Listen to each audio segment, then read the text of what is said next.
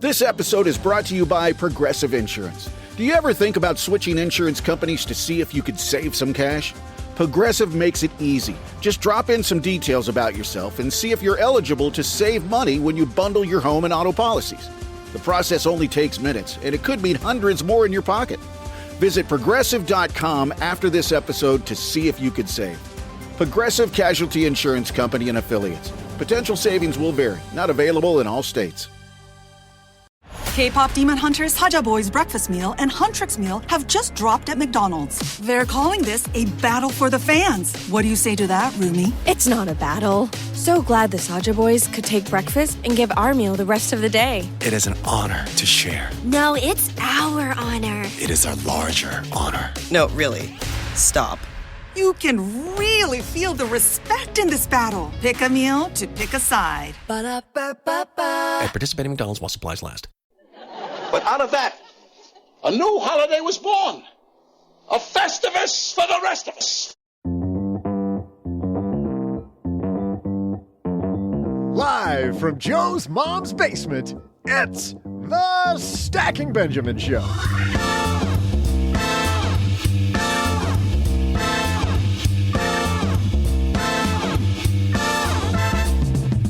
I'm Joe's mom's neighbor, Doug, and Joe, you know what day it is? What day? Any, no clue? Really? Friday? After all this time? Yes. It's my birthday, Joe. God. I thought that's why you had on your nice shirt. You know, birthdays are not only a time for remembering if you're an actual friend, they're a time for gifts. Good thing, because today we're talking about generosity. Like how Joe is going to generously take me out to dinner later.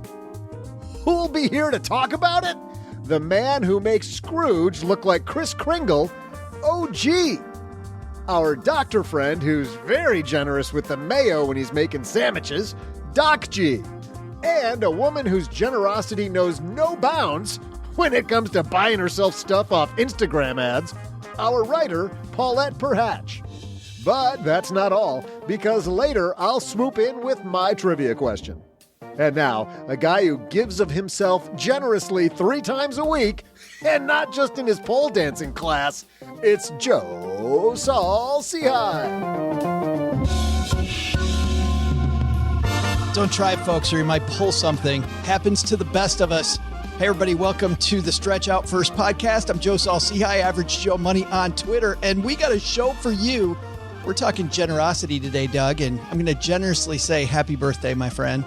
Happy belated. I noticed it like 3 minutes after you did, so there we go. Yeah, that was such a lame save. It's saved nonetheless. You know who's actually going to save us? This other guy across our card table, Mr. OG's going to save us, aren't you, buddy? I love being the savior. Yes. I will be the savior today, and kind of like always, actually, but or today. He's got it. He's bringing it. Also here to save the show, Paulette Perhatch. Tell us. I'm trying. You're bringing your best work. You're all stretched out, ready to go. Always. Also, finally, Mr. Doc G is here to save us. Tell us you're bringing your best stuff today. I think I'm the one who needs to be saved. We have all these saviors here, so I'm going to be the damsel in distress, I think. We got the one person here that needs to be saved. How's things going over at Earn and Invest, my friend? Things are going well. We are just trucking along, having those next level conversations, not the how, but the why. It's been going really well. Yeah, we start you off here, and then you graduate up to the Earn and Invest podcast. Well, we've got Doc G here. We got Paulette. We got OG. We got Doug. Let's get this party started. Oh, wait a minute. We can't get it started yet. You know why, Paulette? You have to go pee-pee? That too. But this is what we're going to do while I go pee-pee. Listen to this. I had a breakfast mentoring meeting yesterday with a young woman who was just amazing. She is graduating from college with a degree in wealth management, and she reached out hoping for some pointers. And listen, if somebody's in Texarkana and wants to go into this beautiful field of personal finance and helping people get their money together, that is incredible. But even more incredible is how she reached out, how she was trying to network. And I was having a discussion that finding the right person and avoiding the wrong person for a role, that's what can make or break an organization. And we just don't see that many qualified people. So how do you find them? Well, Indeed Sponsored Jobs is a boost whenever you need to find quality talent. If you're hiring, Indeed is all you need. You can stop struggling to get your job post even seen on other sites. You'll match with quality candidates with Indeed's Sponsored Jobs. Get matched with and hire quality candidates who can drive the results you need. Reach candidates who meet your specific criteria like skills, certifications, or location. It drives me crazy when I'm matched with all kinds of people who aren't a fit. I don't have that kind of time. People are finding quality hires on Indeed right now. In the minute I've been talking to you, companies like yours made 27 hires on Indeed, according to Indeed data worldwide. Sponsored jobs posted directly on Indeed are 95% more likely to report a hire than non-sponsored jobs. Spend less time searching and more time actually interviewing candidates who check all the boxes. Less stress, less time, more results. When you need the right person to cut through the chaos, this is a job for Indeed Sponsored Job. And here's what's cool, Stackers. You're going to get $75 in sponsored job credit to help get your job the premium status it deserves at Indeed.com/podcast. Just go to Indeed.com/podcast right now and support Stacking Benjamins by saying you heard about Indeed right here at Stacking Benjamins. Indeed.com/podcast. Terms and conditions apply. Hiring, do it the right way with Indeed. In business, there is no room for guesswork. Every shipment matters. Every deadline counts. And when you're trying to keep operations running smoothly, the last thing you need is uncertainty. That's why reliability is at the core of USPS Ground Advantage. From the moment your package is first scanned in, it moves through a secure nationwide network, aiding in a timely and accurate delivery. You get near real-time tracking so you can keep up with your shipments. And with affordable upfront pricing, there are no hidden fees or surprise surcharges to throw off your cost sheets. It all adds up to predictable deliveries you can depend on, because knowing your logistics are handled lets you focus on everything else, your customers, your team, and the future you're building. Visit USPS.com/Ground Advantage to start shipping with confidence. USPS Ground Advantage. We mean business. I didn't mean to pee all over our ads, but there it is. No, can't run with that one. I figured out why we're slowing down in ad revenue. Apparently, I'm not the only one who needs saving. No, yes. Oh, boy. This show's going to need saving if we don't move. Now we can go. Let's do it.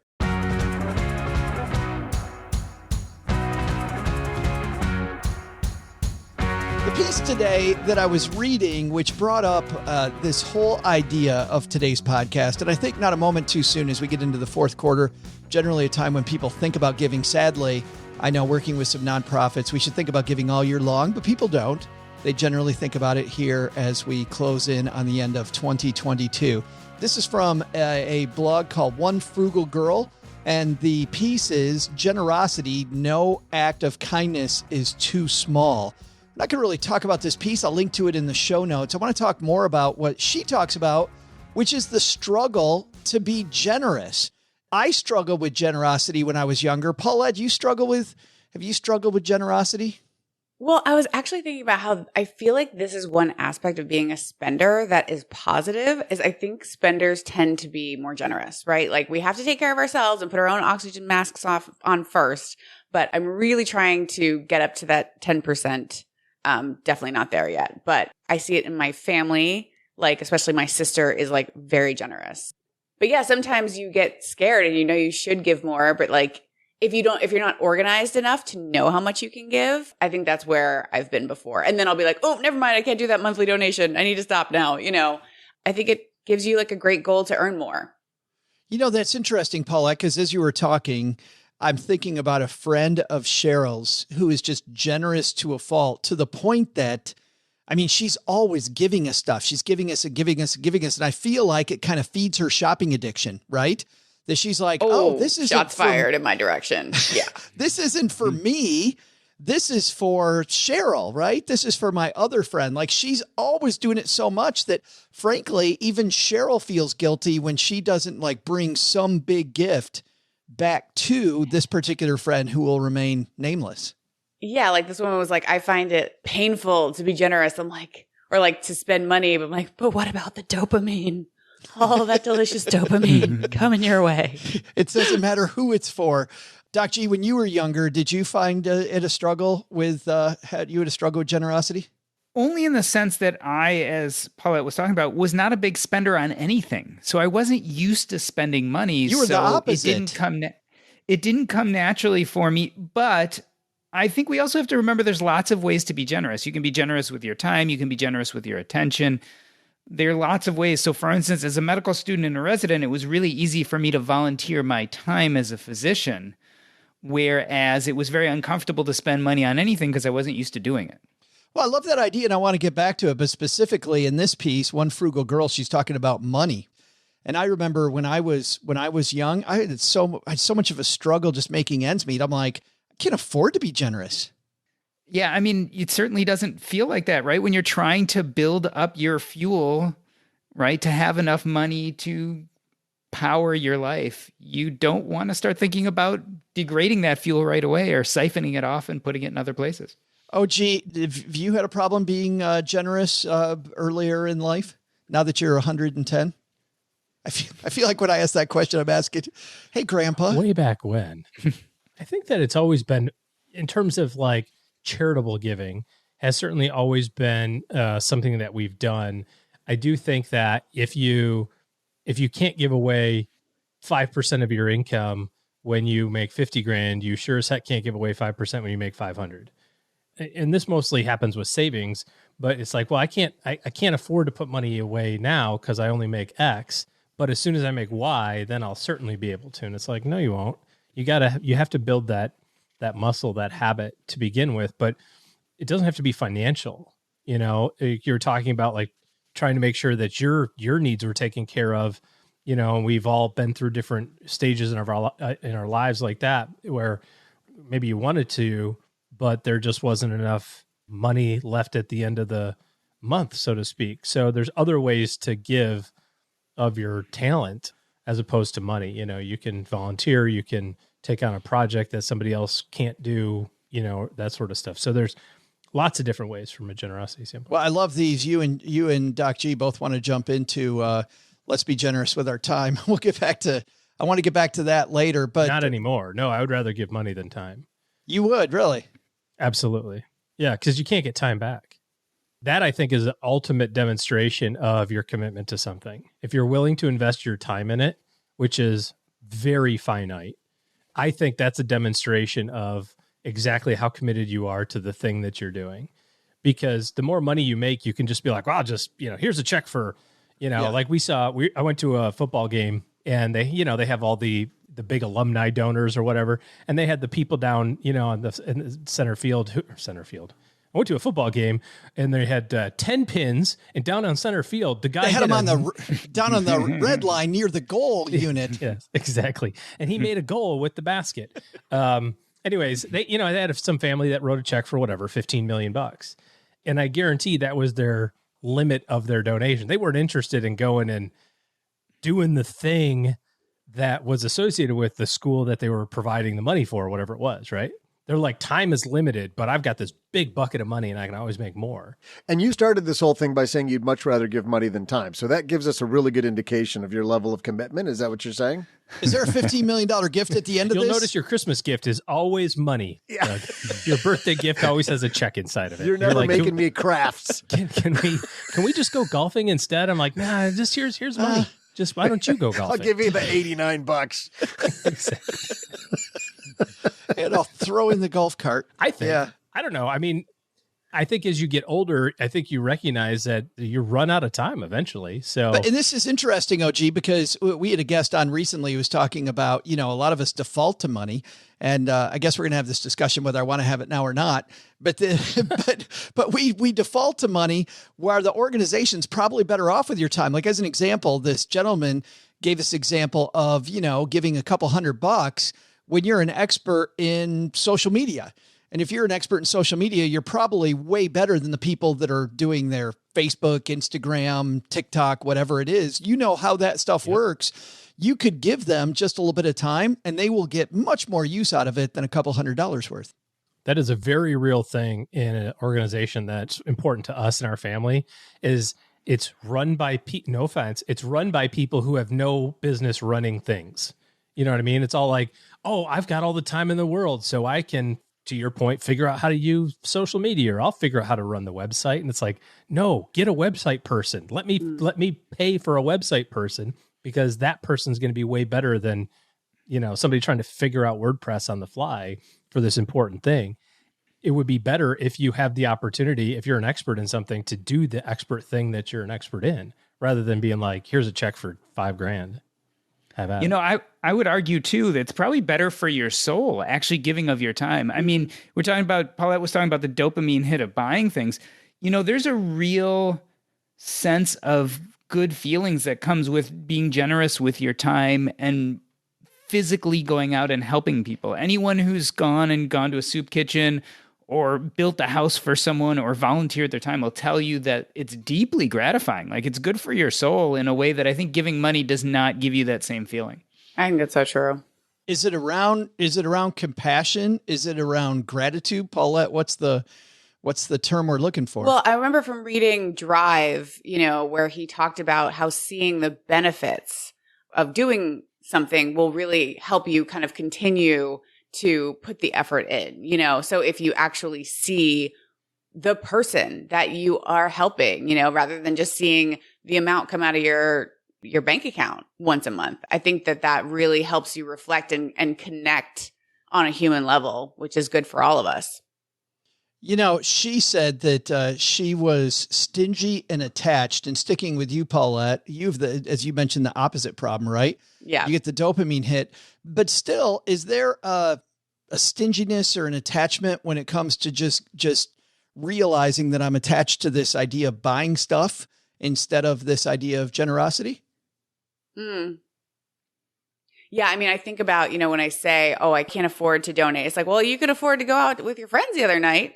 So I worked on I did a piece for McSweeney's. They do these lists and they kind of, apply to two things. And mine was awful HGTV house hunters or one of the 2.6 million people living in refugee camps. And so the things were like, I literally can't imagine how we'll all fit in here. And so, and how many people have to share this bathroom? And for that, I did a lot of research on refugees, and you see the camps and you see the faces. And I was like, why am I not donating to the people who just have nothing? And so I just made it an automatic debit out of my bank account so that it would come out no matter what. And I didn't have to have money left over from weekends with my friends to do that. It just came out, and it was like, this is coming out whether you like it or not. What's interesting, Paulette, is you're talking about some of these numbers being thrown in our faces and the discomfort that we get, right? We get this huge discomfort, at least I do, when I see these numbers, and to the point that you hear people say, hey, this is uncomfortable. I really don't need this in front of me. Like, there's got to be a better way. Yet, Doc G, is the discomfort, like if you're running one of these organizations, is making people feel uncomfortable? Is that a way to spur on donations? Is that a good thing? Or should we be listening to these people that say, there's got to be a better way? I think making people feel bad is kind of what the default is. But I think if you can get people passionate about what you're asking them to donate to, it's going to be the best way. And again, that gets into both money and time. I think if you can touch on the right emotional chords that connect them to what you're asking them to give their money or time to, it's going to work out much better. Because I'm thinking that if you pull on my heartstrings, I might give once. But if you make it something I'm much more passionate about, I'm going to be around forever. Or make it part of your identity. Agreed. OG? You have to pull up a Sarah McLachlan Jim Gaffigan song/video about the pets or whatever. Yeah. Did you see the Jim Gaffigan bit about that? He was like, even the pit bull's like, this is a little heavy-handed, Sarah. I mean, but people don't move unless you make them uncomfortable. That is sales. And even nonprofits are selling something. They're selling the idea of giving them money. And so you have to arouse some emotion that, you know, someone feels the need to do something about. And oftentimes that is, you know, sadness. But I think there are other ways to do it, you know, and to really focus in on a singular person or maybe the benefits, but it's got to be something that hits you in the gut. Well, and I guess that's my question. I want to start with the organization. I wanted to end here. Then if Paulette's right, if Paulette's right, does that mean that we have to make it uncomfortable for ourselves? Like it has to be a part of our identity and we feel kind of bad if it's not. Yeah. Also this if before Paulette's right, I don't. There's no if. I don't really approve of that. Well, any sort of growth happens after the uncomfortableness. So if it's something that you want to be good at, you have to be uncomfortable trying to learn to be good at it. You know, you don't walk into the gym and be like, I want to get skinny and jacked and then not work out, right? Like you have to lift heavy stuff and then you have to eat salad every day and grilled chicken. And then you're like, well, this is uncomfortable because I'd rather eat a cheeseburger and fries and shakes from, Culver's. OG, I've been uncomfortable on golf courses for decades. When does the growth happen? Yes. Because I'm nailing the discomfort. It is uncomfortable being on a golf course with you. Although I did see you jar one for birdie off the green back to back with another guy. Yes. So that was that was a special moment. That was a pretty cool moment. And then I, 4-putted or something, Doc G, you think we got to make ourselves uncomfortable? So here's the thing about it. I think, unfortunately, this article goes about it wrong because it talks about the discomfort of generosity. And I think the reason why it talks about the discomfort of generosity is because, in a sense, the writer has it wrong. If you look at money as your overall goal in life, then it's always going to feel difficult or uncomfortable to give some of that away to people. On the other hand, if you take this idea that money is just a tool to do the things we want in life and start focusing on what's kind of meaningful and purposeful for us, then money becomes a tool to do those things. Now, I believe that generosity is part of our meaning and purpose for many people. And so you can find the things you're passionate about and get involved with them. And whether that's money or time, it becomes a lot easier to give of your money once you realize that that money is just a tool to do the things that are important to you. And often giving becomes what's important to you. But let me defend this woman I don't know here for a second, which is, I think that's the aha she has. I think that's why I like this piece, is she begins with stinginess and she ends by going, hey, this should be a part of my identity. But I don't even think it should be giving for giving as part of your identity. I think part of your identity are what are those things that are important to you. So there are some people who realize that part of their passion and identity is tied to animals. So, right, then they are going to work at animal shelters and raise money for animal shelters. Yeah, but if you're not born with that gene, how do you go about and get it? Which is exactly what I think we're talking about today. How do you go get it? Because I feel like the way she got it, by going over these statistics and forcing yourself into this uncomfortable place, is hitting the nail on the head. See, I think it's backwards. I think what you do is you go figure out what's purposeful to you in life. And once you do that, finding what to give of your money and time to becomes really easy because you're like, oh, that thing's really important to me. Coming up in the second half of this discussion, we are going to chat about different ways to give. How do we give generously? How do we make it part of what we value? But we've got a very important segment before that because, man, this part of the show is getting hot. It is amazing. We have a year-long trivia challenge between Paulette OG and Len Penzo, who today, Doc G, you're playing on behalf of Mr. Penzo. And Doc, we've got some good news and some bad news there. You playing on behalf of Len. You want the good news first or the bad news? Always the bad first. Well, the bad news is like a true doctor. Give it to me straight, Doc. The bad news is you're not in first place, but the good news is you have pulled to within half a point because OG, because of a tie earlier with Paulette, has 13.5. Len has 13, and Paulette has made this a lot closer since she took over at the beginning of September. She's pulled up her score to 9.5 and only 4 out with a quarter to go. So this thing getting much, much closer. So those are the stakes. We're going to see who is going to come out. You haven't told me my good news. Well, I guess my good news is I'm getting closer. Your good news is you're close. Yes. Isn't that good news? Well, that's because I haven't substituted in for Len for a while. That's why he's doing so well. Now we bring him back down. I know who people who are new to the show don't know this, but when Doc G's in the game, the question will be on a scale of 1 to 4. What's the right number? And Doc G will guess 30,000. Right. 11. I like to keep things even here. It's generally the way that it goes. So OG licking his chops, so is Paulette. But you know what? Let's see what chop licking we should be doing. I don't know if that should be a thing. Nope. Doug, on your birthday, how about some trivia, man? I'd be happy to share some trivia on my birthday.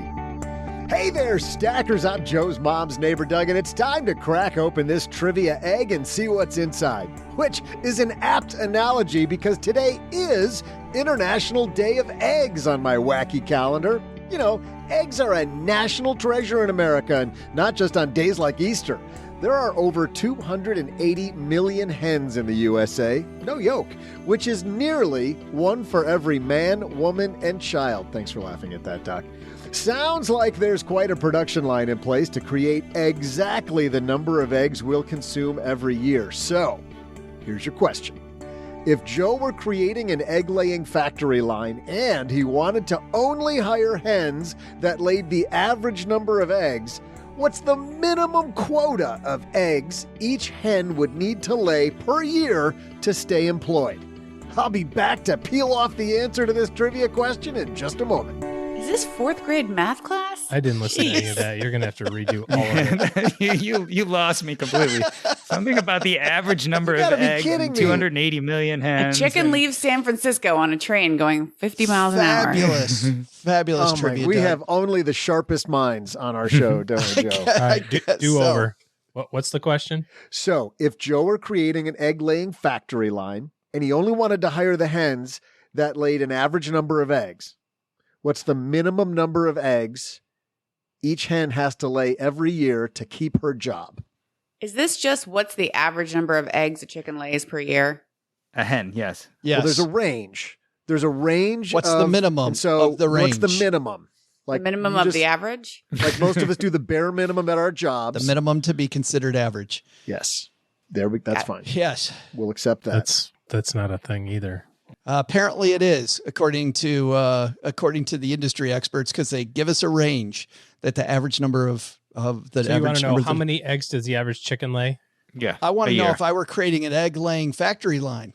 It's irrelevant information. I don't even understand what that has to do with anything. That's the most important piece of information, OG. He's going to fire any eggs. He's going to fire eggs. He's going to fire any hens that don't lay the minimum number required to be average. So we want to be on the low side, is what you're saying, is you want the low side of the average. Yeah. Sure. Average number of eggs a chicken lays. Got it.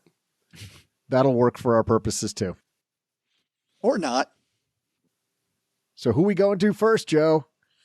I thought OG was rolling. It's his turn. Oh, I have to go first? Yes. Because you're in the lead. Say that again.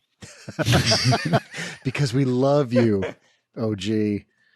We want you to go first. Okay. How many eggs does the average chicken lay per year? If I had any chickens, I would know the answer to this. I feel like people who have chickens have a number of them, but always have eggs to give away. That must mean that they lay a crap load of eggs. I'm going to say 378. 378. Doc G, he's going with the number just greater than one a day. What are you thinking? So I've obviously never had chickens. I would never want to take care of them. I'm thinking it's a little less. So I'm thinking, does your average chicken lay at least one egg a day?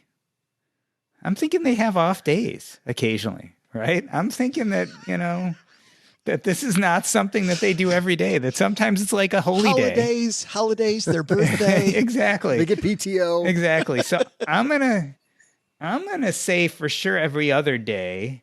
So I'm going to go somewhere in between. So forget about worrying about, above or beyond or below or whatever. I'm going to say 150. 150. He goes a lot. Oh, wait, no. lower. I'm going to say 30,000.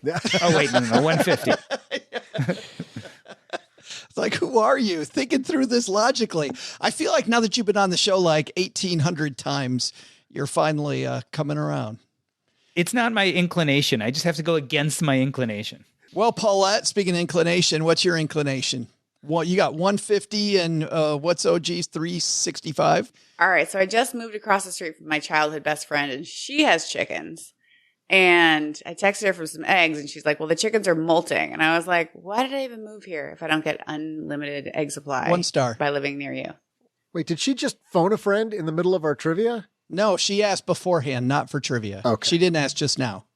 Certainly doesn't have access to the script ahead of time either. So wow. Don't we all? Throwing OG? the accusations around for the woman who's in last someone place. is not confident in their if they guess. can do it in chess and poker, I don't know what's happening And walleye fishing. behind the scenes here. Is that amazing? The for people that don't know, the allegations of cheating in chess. Like, really? Well, I mean, all 4 spectators are pissed. and more salacious is how they're saying that the cheating happened. Do you not know this? It's crazy. Like, one person is looking it up on a computer.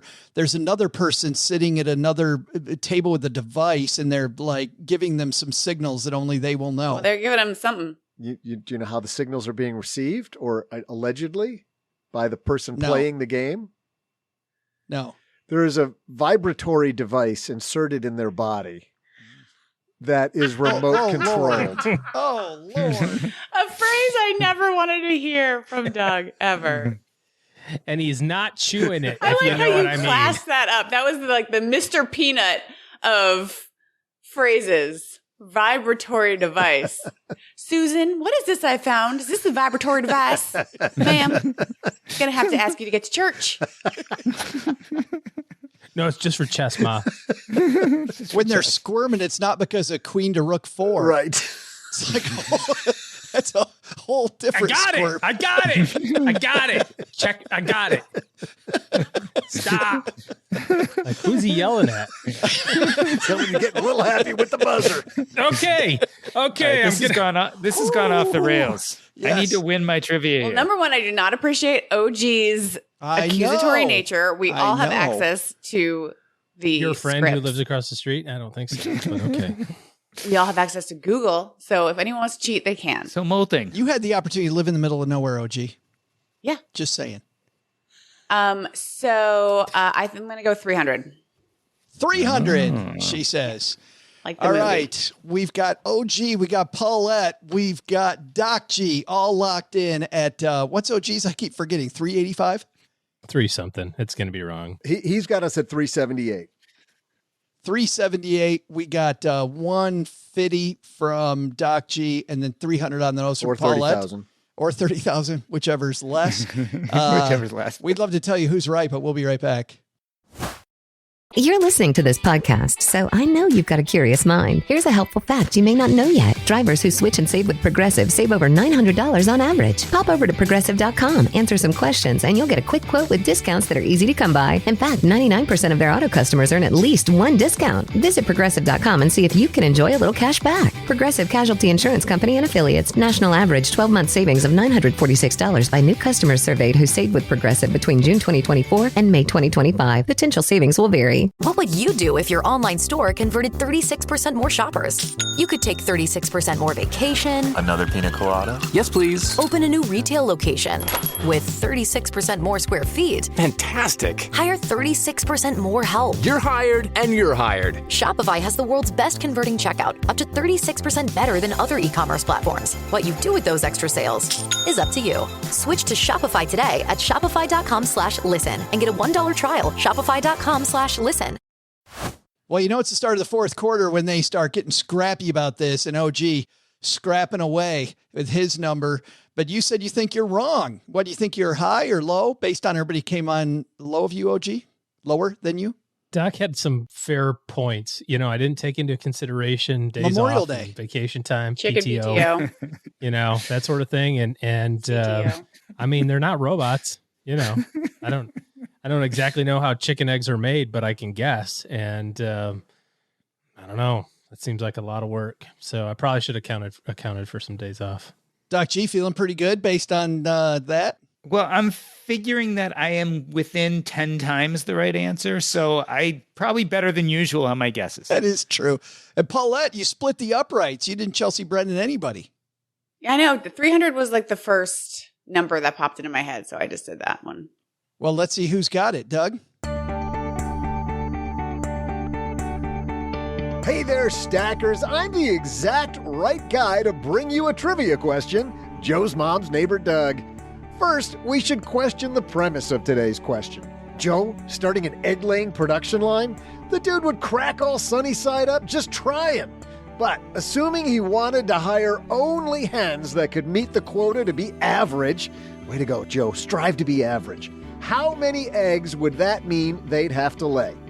The average hen lays on the top side 325 eggs per year, but the quota to stay employed, making the bacon and not being toast, would be the bottom number of 300 eggs. Wait a minute. That's not even one a day. This sounds like an easy gig. Where do I sign up? But it also means Paulette is our winner.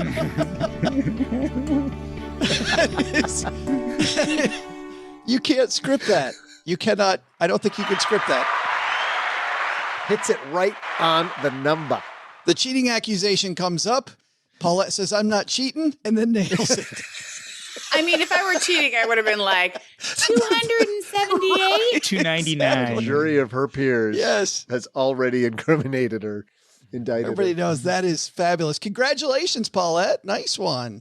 I'm feeling conflicted about it. I'm having trouble enjoying my win because OG is such a poopy pants. I think it's fantastic. The more he's a poopy pants, the more that means you're playing well, which is perfect for this. You now have 10.5, and the plot thickens as we get into the fourth quarter here. Speaking of the fourth quarter, we're in the second half of this game, so let's get the second half started.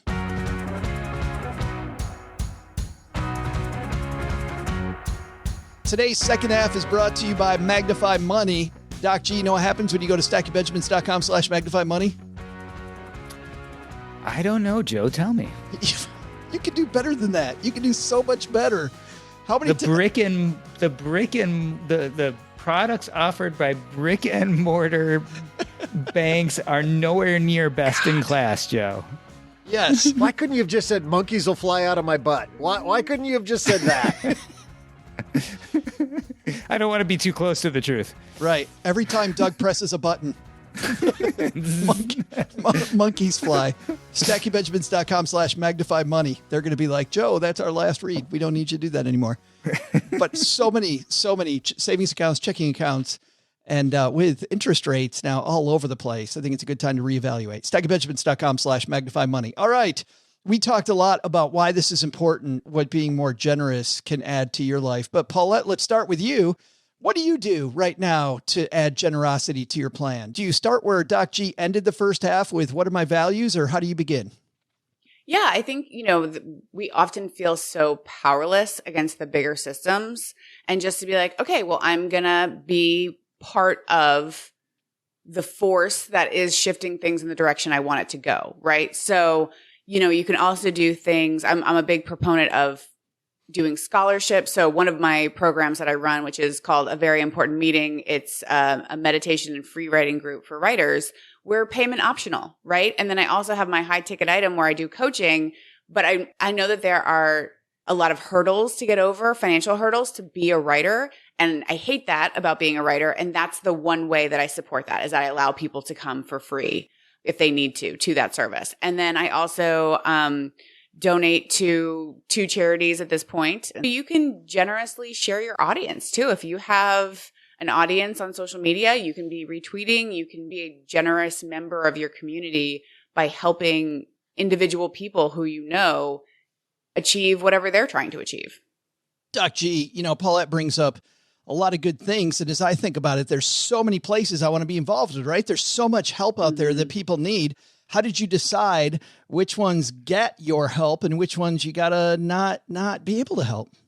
We kind of do it this way. We sold a bunch of stocks that had crazy capital gains And well, we didn't sell them. We donated them to a donor advised fund. So we have a certain amount of money every year that we give to various charities. And sometimes there's something we're interested in, like with Doctors Without Borders or the ACLU or what have you, for whatever that year. But I'll tell you, I derive almost no pleasure out of that. What I really derive pleasure about is when I give of myself to my community and the people around me. So being a doctor and then being a hospice doctor is really kind of cool because I know lots and lots of people who have family members who get sick and die. So I get phone calls all the time from friends and family saying, hey, what do I do in this situation? And that's a way I can kind of give of myself freely, something that I'm an expert in. And I feel like I really impact people's lives. But the other thing that I've changed, which actually does give me a lot of joy, is, I've just become a lot more thoughtful about being there for people randomly when they need it. The other day I was wandering down the street and some lady looked at me and said, I'm sorry, I'm lost. Can you help me get home? This was someone who looked like they were in their 70s. Probably had some dementia. And this was something that I was trained to do. I'm a geriatrician. I'm a hospice doctor. I understand all about dementia. So I took 45 minutes with this person and helped them find their way home. To me, those things are so much more gratifying ever than giving away money was. And so I'll keep giving away money because it's something I have an abundance of. But I'm trying to be more thoughtful about giving of myself randomly. Like when you're on the street and someone drops stuff, do you stop and help them? All these kind of little things, these little chances we have every day to help people. I'm trying to be more thoughtful about those. I grab something and run if it looks good. That's right. Doc, what do you make of the paying for everybody's Starbucks order? So again, I guess I'm not a huge fan of that because it actually becomes an obligation because someone pays for yours, then you have to pay for the person behind yours. I don't know if you're actually helping anyone. You're just passing the buck on to the next person. I've heard it's also a total pain in the ass for the staff. But I do like this idea of randomly giving to people, especially if you can see someone obviously in need. I think there's just something gratifying and this idea of giving and not expecting anything back. That's funny.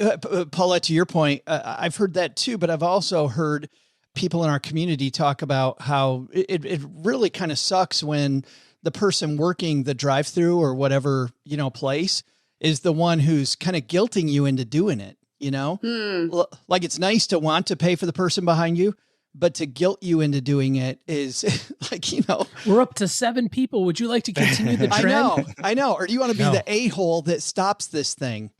Yeah. I'll be like, these are all people going to Starbucks. No one is struggling that hard here. Right. Maybe that's like a side hustle for the Starbucks person. They're just keeping all that extra cash. 7 out of 10 children in your community do not have a Frappuccino today. We're going to be okay here. We're at Starbucks. Everyone calm down. I will remember you. Wouldn't it be better I'm just thinking about that. Wouldn't it be better to just say, here's $50. Could you give me 10 $5 Starbucks gift cards and just stack them up right here at the checkout window? And the next 10 people that come through can grab one or take it to the corner where there's probably someone standing there begging for food and let them buy a sandwich. Right. Or get their caffeine fix. Or give them a sandwich. I think this is where we get in trouble where this feels good for me. As a Peace Corps volunteer, I can tell you that I get to pat myself on the back, I get to feel good is a dangerous game. And, they play it with donors. We put your name on the building, that anonymous episode of Curb Your Enthusiasm. They totally played with that with having your name on a building or saying anonymous or having your name on a list or having your name on a wall, right? It's a tool that is used. But if you're I feel like a good person because I paid for the soccer mom behind me to get her Frappuccino today. It's let's take a closer gander at the big picture. And I don't think that that's as you said, Doc G, your values. I mean, it's a nice thing to do, but it's not my values are, I want to make Susan from, Wild Oaks Acres smile today. And it's really thinking about where you put your money and what it's buying. That's an age-old question, right? Of charitable giving. It's been around since, the very beginning of, are you giving truly for the benefit of those receiving or for yourself? And people will argue what should be the motivation. I don't think it's bad to play with that. I don't think it's bad to play that up, or I don't know, but we have to I think individually, I understand why nonprofits use it as a tool.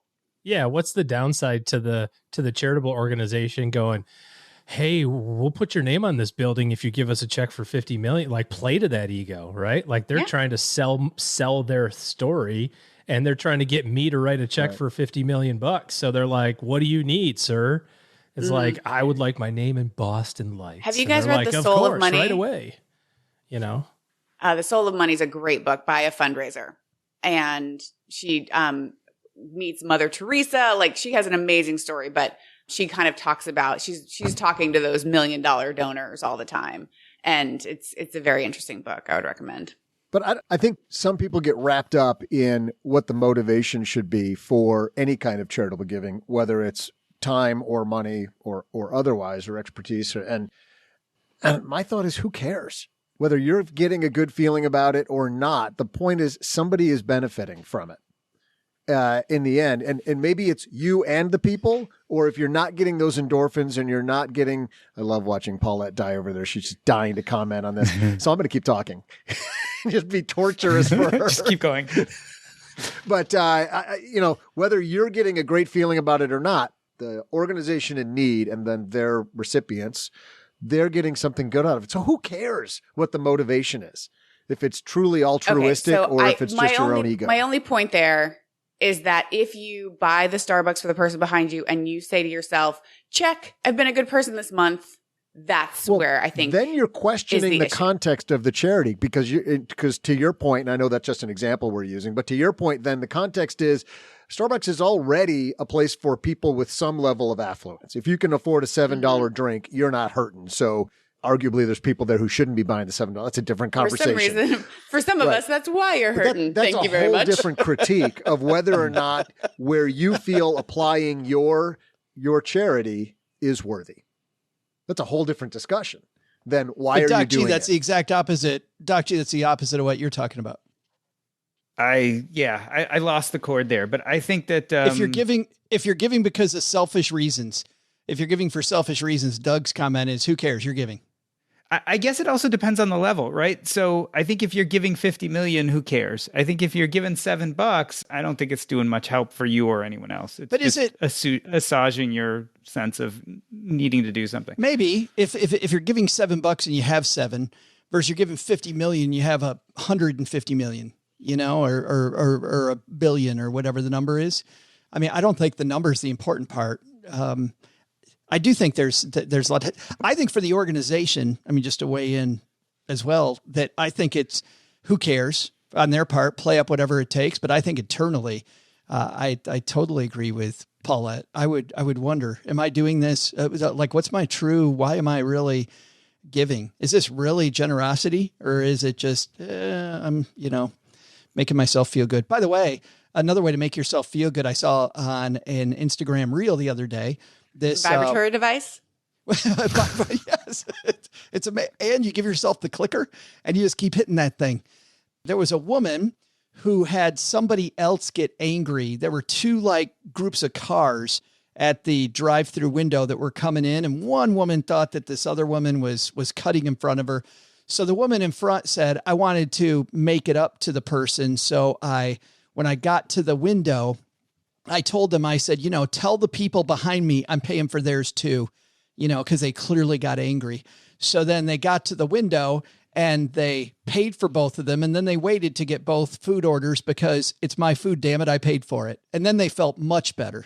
They felt way better. Good lesson there. Maybe not. All right. OG, we heard from Doc G. We heard from Paulette. In terms of giving and deciding how you guys decide how to give with so many organizations that need your help, how do you decide what makes the cut? I think that I don't know who was on the show. This is a while ago, around the fact that we give too much stuff early before we actually know what we care about. Do you remember that conversation? No, I Joe? don't, but I don't know that I agree with that. Yeah. Well, it was a conversation. It was like, we worry about this when we're young and we haven't really established what's super important to us yet. And so we kind of just have this shotgun approach of every PBS special is getting $25 and every Girl Scout that shows up is getting 25, everybody's just going to get $25 because I don't know what's important to me, versus saying, I'm going to accumulate this money. I'll make it a donor advised fund. These are super easy to get into now. I'm going to give my donation, but I'm not exactly set yet on what I want this to have happen. And from a planning standpoint, we were talking about earlier about sometimes, people who are in charge of things are not the people who should be in charge of it, because sometimes just whoever volunteers. And if you're really good with money, and if you're really good with donating money, then why would you also not consider just accumulating that donor advised fund so that you can make a really big impact on the thing that is important to you later? We give money to the things that are important to us now, but we also put a more money away in a donor advised fund, kind of like Doc was talking about, when we can, when it makes some financial sense. Paulette, like you were saying, trying to like, where is it in it for me and where is it in it for the, for the other people? It's like, yeah, they make these things available to us, so why would I not take advantage of it from a tax standpoint? But I think I'm going to do a better job investing that money than other people. So why not keep it invested, let it compound for the next 30 years, and then say, this is the thing that I really care about, and now I'm going to make a really big impact. So I think it's a little combo of all of those things. And then maybe you'll get your name on a building too. And then maybe, just maybe. Because it'll be enough. Or on a door anyway. It doesn't have to be on a building. It just like the honorary OG plastic chair in the fellowship hall or something, as long as you're truly doing that, because I do know some people that say they're doing that, being a guy that because I think locally when it comes to the groups that I work with, and I feel like there's people that have given us that answer. Oh, here's what I'm doing, da da da da, and it is bull, and it's BS because you don't want to do anything, and it's not really truthful. Oh yeah, I'm going to do a bunch later. No, you're not. You're not going to do crap later. Well, yeah, that's exactly right. If you don't have again, back to what I said earlier, if you can't donate 5% when you make 50 grand, you're not going to donate 5% when you make 500. It's just, you read that a lot in leadership books, and I'm like, all right, like it called me out for sure. Yeah. I mean, last year, here's a great example. We always have always done client gifts at the end of the year. The ubiquitous tin of cookies or something. And we got one piece of feedback 2 years ago from somebody that said, yeah, you can take me off this list. I really, I shouldn't be eating all this candy anyway at the holidays. And it's not really, doesn't just but they didn't say who it was. No, they didn't say take me out. They said, remove me, but it didn't identify who wanted to be removed. But it was interesting because it was really the first piece of honest feedback that we had gotten about that. Everybody says, thanks for the chocolates. Appreciate it. Whatever, chocolates. Yeah. So last year, we just said, we're not going to do that at all. We're going to take the money and find something that's even more time sensitive. And it just so happened that last year around the holiday time there was a bunch of tornadoes in the Kentucky, Tennessee area, if you remember, kind of destroyed a couple of towns right around I think maybe Thanksgiving time or something right after. And so we just used that money for that. It was kind of sort of the same. I didn't get any better enjoyment out of not sending a gift to someone. I think it was better used to provide resources for those communities in that very moment that needed it. It's funny. I like the thought of we're efficient with money in other places, being efficient as well. Here, a gift for somebody that doesn't need a gift versus people that can use it. Great time of year also to think about that, as is the rest of the year, but definitely as we're going into giving mode for a lot of us. Great timing on this topic. Yeah. Doug, I'm going to donate your birthday gift. Wait, what? To charity. I've just decided we're gonna send it to charity. Which was absolutely nothing. I just got that. I'm going to give nothing to charity instead of giving nothing to you. But I'm gonna do it in your name. That's so good. Please accept this gift of nothing. Doug from neighbor Doug. He's gonna get a hate mail in the mail. Like, what's wrong with you? Doug is giving nothing to research on this very important topic. Yes, send it to the human fund. That's also a good idea, right? Give things to the things that are important to you, but are diametrically opposed to the people around you in their name. Right? Like giving to the Democratic National Party in the name of Rush Limbaugh for years. Yes. Exactly like that. That's so evil genius. God rest his soul. Let's talk about what's going on where all of you are. We'll start with the guy across the table from me. OG, what do you got going on this weekend, my friend? Well, I'm going to Doug's party. I mean, is nobody else going? I wasn't invited. Neither was he. He's just going to show up. I'm showing up regardless. That's the key there. Paulette, what's happening with you this fine first full weekend of October? Well, we just finished up Second full weekend in October. Second full weekend of Sorry, October. I can't do the math. did my webinar on going viral. That was super fun. The 6 principles that drive messages to stick, which is just research I love by Chip and Dan Heath. And working with my powerhouse writers about pitching and getting clients and doing a lot of, just your personal editor program, which is where I take people through 10 weeks of coaching and editing. And that's always really, really rewarding. Lots of great stories. And it's been awesome. Yeah. We're about to have you back on the show with Carmine Gallo to talk more about a few of the basics, as many as we have time for in an episode about getting people on that right path. But if people want to join in, where do they find you? Powerhousewriters.com. There it is. Yeah. Doc G, thanks for hanging out with us again, brother. I'm always excited to hang out on a Friday episode of the Stacking Benjamins, one of my favorite places to be. And by the way, I just did the math. This is the 3rd full weekend in October. Swing twice at best. Doc G, what's going on at Earn and Invest? So in Earn and Invest, we just last week did a episode at Campfi Southwest that was in Julian, California, and that will be coming out soon, where we talk about what is Campfi and why ever would you go there? I know why you go there, because it's amazing. We can cut to that chase, but you're probably going to go a little deeper than that, I would imagine. Maybe. We'll see. Maybe. Well, the big thing I'm doing that I'm sure we're all doing is, of course, kicking it off with Doug's birthday, as OG mentioned. I'm sure it's what we're all doing. It's what we're doing right now. Let's all raise our glass of water and cheers to Mr. Doug. Get water. For getting a year older and maybe a year wiser. Who knows? Can't get any funnier. But, Doug, you got it from here, man. On behalf of your birthday, tell us this. What should we have learned today? Well, Joe, first, take some advice from today's piece. Giving more doesn't have to be a net negative. You actually receive a ton as you give more. Second, your expertise is probably far more valuable to a charitable organization than any monetary donation you might make. TLDR, don't be stingy with your time. But the big lesson? Being generous should be a part of every healthy financial life. What's the point of stacking Benjamins if you can't share some with causes you care about? Or, Joe, spend it on your old pal for his birthday. Or did you already forget again? Thanks to Doc G for joining us today. His book, Taking Stock, a hospice doctor's advice on financial independence, building wealth, and living a regret-free life, is available anywhere you buy books for others.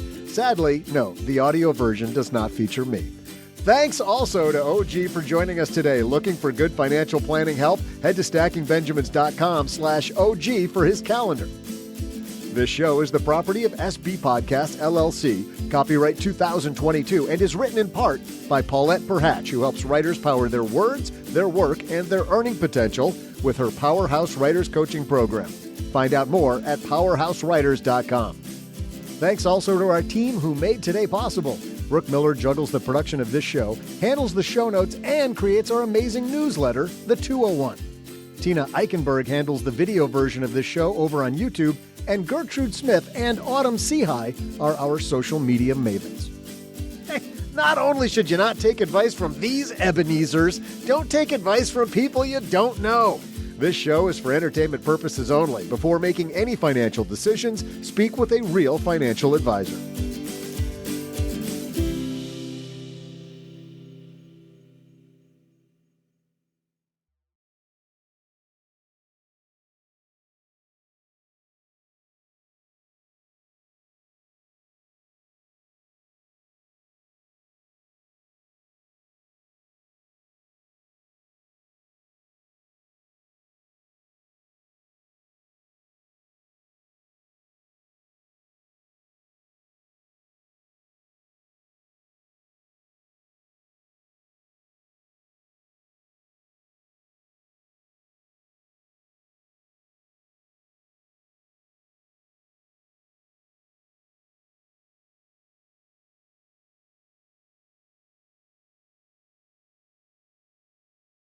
Doug, you and I were talking earlier about what our after show topic should be, and you had a good one today.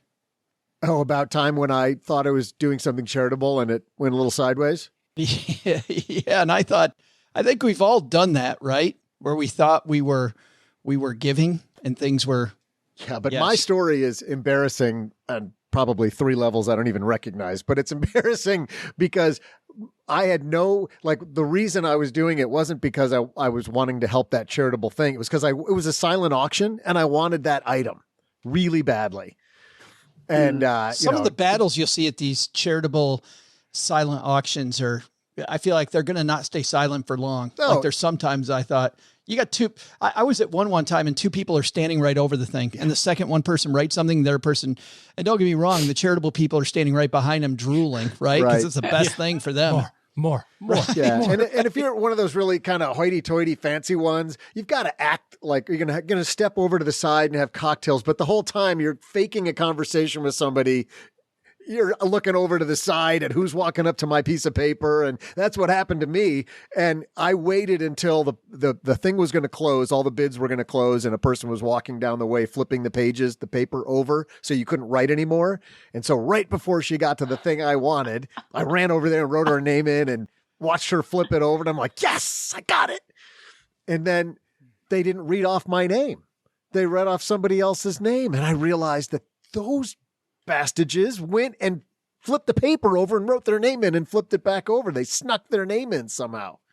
Really wanted to hate those people and actually ended up liking them later. So what was the thing?